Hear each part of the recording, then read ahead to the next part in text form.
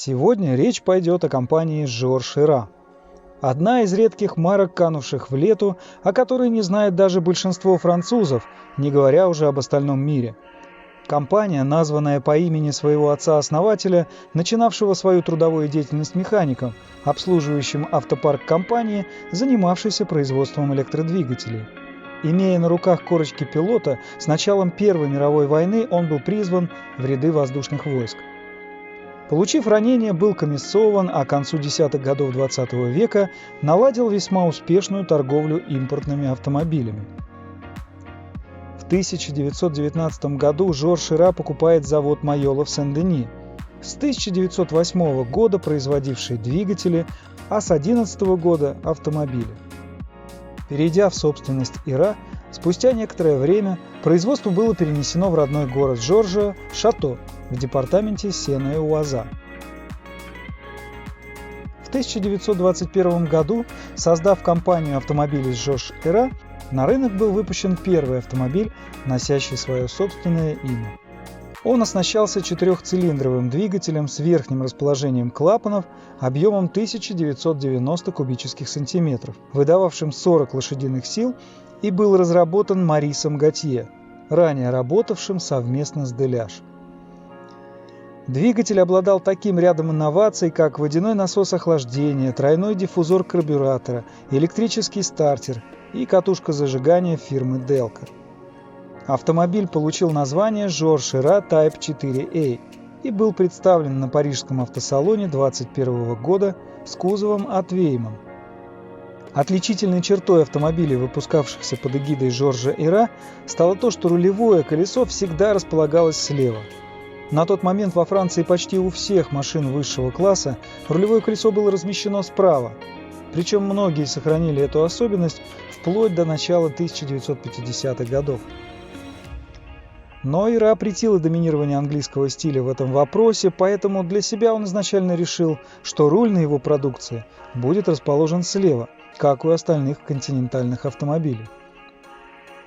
Производство на предприятии включало в себя все, за исключением строительства кузовов, и на рынок поставлялись только шасси. Однако услуги по кузовостроению предлагали клиентам такие престижные ателье, как Лабурде, Вейман, Портуа и даже Саучи. А сама продукция Жоржа Ира позиционировалась под девизом «Автомобили для элиты». Хоть и в небольших масштабах, но в начале 20-х годов производство неуклонно росло, достигнув своего пика на отметке в 200 автомобилей в год. Как показало время, продукция фирмы отличалась вполне добротным качеством исполнения. В 1928 году на основе существующих моделей Ира выпускает трехлитровую шестицилиндровую версию, модель 6A. Однако спортивные успехи марки оставляли желать лучшего. На 24-часовых гонках в Лимане спортивные болиды Жоржа Ира выше 15-16 места не поднимались, и лишь на соревнованиях местного значения им доставались кое-какие кубки. Начало следующего десятилетия было трудным временем для производителей автомобилей во всем мире. Не обошло оно стороной Жоржа Ира. Разочаровывающие продажи автомобилей почти привели его дело к грани краха. Спасение пришло со стороны производителя двигателей Готфройд Левек, который желал продвинуть свои силовые агрегаты Руби, а производство при этом было перенесено в Левалуа. В 1935 году на Парижском автосалоне была представлена первая совместная модель – недорогой спортивный родстер Жорж Ира Type MM. Он получил литровый нижневальный рядный четырехцилиндровый мотор Руби мощностью 26 лошадиных сил. Чуть позже была подготовлена улучшенная модификация Type MDS с 1,1-литровым двигателем мощностью 33 лошадиные силы, которая имела максимальную скорость 120 км в час и предлагалась также с кузовом кабриолет. Модели оказались весьма популярными и за период с 1935 по 1939 годы нашли около 1500 покупателей. Также выпускалась версия с шестицилиндровым американским двигателем Lycoming объемом 2450 кубических сантиметров. Однако, в отличие от своего меньшего брата, спрос на нее был ничтожно мал. В 1938 году был выпущен новый спортивный автомобиль OLC, но уже с двигателем Citroën. объемом 1911 кубических сантиметров и независимой подвеской. Однако, произведя 200 единиц, производство было свернуто в связи с началом Второй мировой войны. Во время войны во Франции был дефицит топлива, поэтому правительство стимулировало разработку электрического транспорта. Жорж Ира подготовил компактный электромобиль с заявленным запасом хода до 100 км и скоростью 35 км в час. После дебюта на Лионской ярмарке 1941 года микрокар поступил в продажу в версиях двухместный кабриолет и фургон. Первые несколько экземпляров предназначались для сотрудников компании, остальные использовались в основном для доставки грузов, а также экстренными службами. Однако стабильно наладить мелкосерийное производство так и не удалось ввиду отсутствия материалов и рабочей силы, в связи с чем в 1943 году проект был свернут.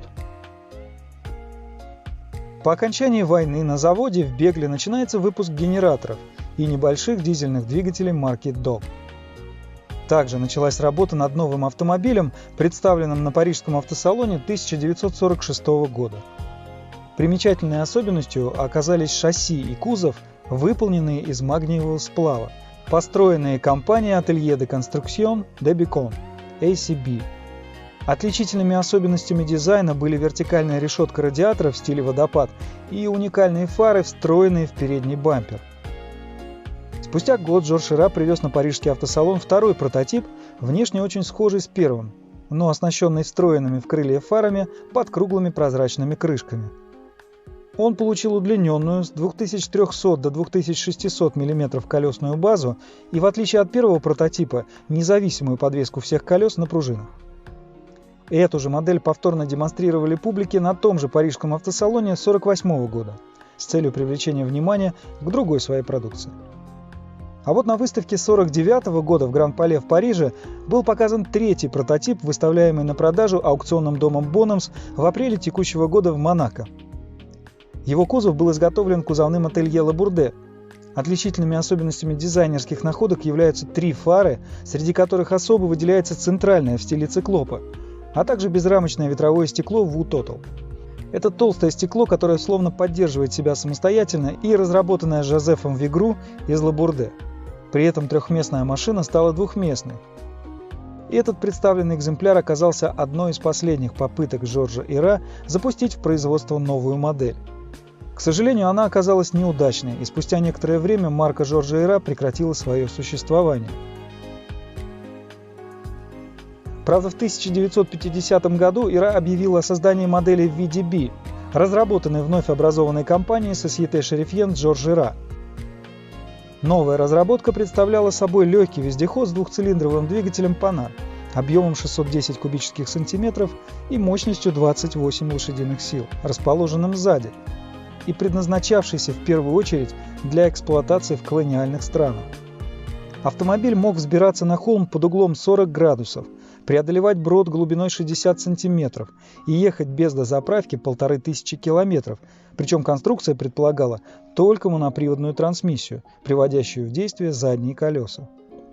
С 50 по 53 годы было выпущено по одним данным около 20, а согласно другим источникам около 30 экземпляров. Но вернемся к автомобилю, представленному на аукционе Bonhams. Его кузов, а это все, что осталось от этого уникального прототипа, был обнаружен на заводе Жоржа Ира в городе Бегль. В настоящее время он установлен на шасси Simca 1939 года с двигателем того же производителя объемом 1100 кубических сантиметров. Предполагаемая стоимость, за которую представленный здесь экземпляр должен найти своего нового владельца, 70-100 тысяч евро, что составляет примерно 83-119 тысяч долларов. Посмотрим на результаты аукциона в Монако уже совсем скоро. Торги состоятся 23 апреля 2021 года.